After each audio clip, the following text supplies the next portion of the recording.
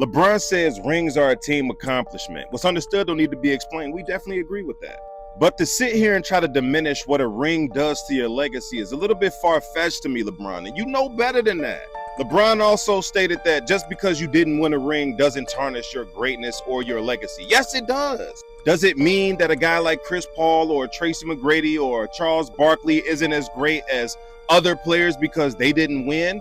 To a certain degree, yes, but there's a reason why all-time greats not only have one, but multiple rings. I don't think that's a coincidence, especially when you play a sport like basketball where you're able to affect the game at a high level on both sides of the floor, right?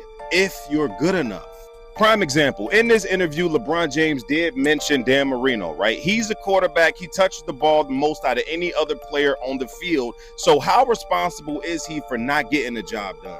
In my opinion, getting to the promised land is one thing, but how you perform when you get there, win or lose, to me is more important than actually getting there.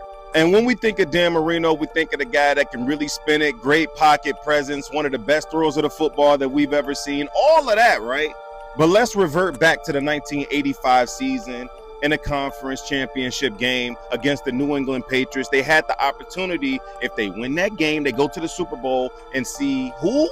The Chicago Bears, who was 15-1 that season. We all know the Bears inevitably won. They beat the Patriots, right? But the fact of the matter is, the Chicago Bears was 15-1 that season, and they only loss came at the hands of Dan Marino, spreading that offense out and beating and destroying that 46 defense.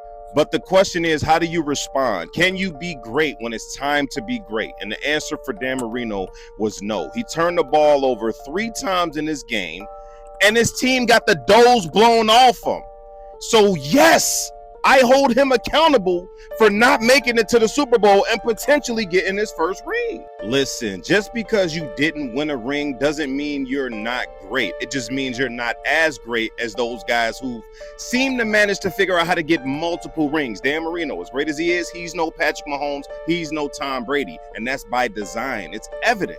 To me, this whole interview was a ploy to come to the realization that you're probably not going to get the 6, 5 like Kobe did, 6 like Jordan did, and now you're trying to find an excuse to say, well, rings really don't matter as much as y'all try to make it. Yes, the hell they do. So no matter what you say, LeBron, this has always been the case, and it always will be the case. Greatness is measured by championships. Let me know what y'all think down in the comments.